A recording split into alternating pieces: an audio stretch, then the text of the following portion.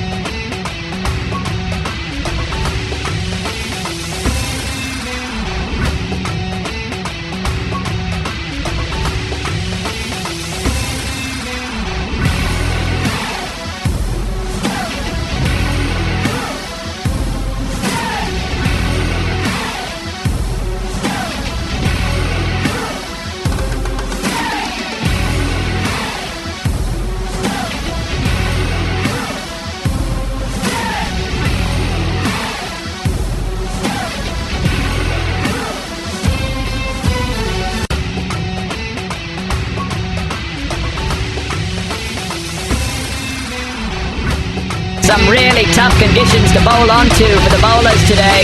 The wickets were hard to come by during these conditions. Let's take a look at what went wrong for the bowlers.